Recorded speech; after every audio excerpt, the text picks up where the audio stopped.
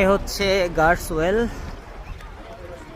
এই কুয়ার পানি কথিত আছে হযরত মুহাম্মদ সাল্লাল্লাহু আলাইহি ওয়াসাল্লাম এই কুয়ার পানি পান করতেন এবং তিনি হযরত আলী রাদিয়াল্লাহু তাআলাকে বলে গিয়েছিলেন মারা যাবার আগে যে ওনার ইন্তেকালের পরে যাতে এই কুয়ার পানি দিয়ে ওনাকে গোসল করানো হয় এবং পরবর্তীতে ওনার ইন্তেকালের পরে এই কুয়ার পানি দিয়ে এবং এই পানির সাথে বড়ই পাতা মিক্স করে পানি গরম করে পরে ওনাকে গোসল করানো হয় ওনার ইন্তেকালের পরে।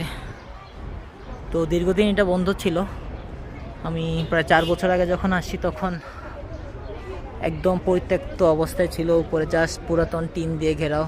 আমি পরবর্তীতে গত 2-1 বছর হলো সৌদি সরকার এটাকে রিনোভেট করে এখন একদম ঘেরাও দেওয়া এবং এখানে ওই পাইপ দেখা যাচ্ছে, এই পাইপ দিয়ে পানি ওঠানো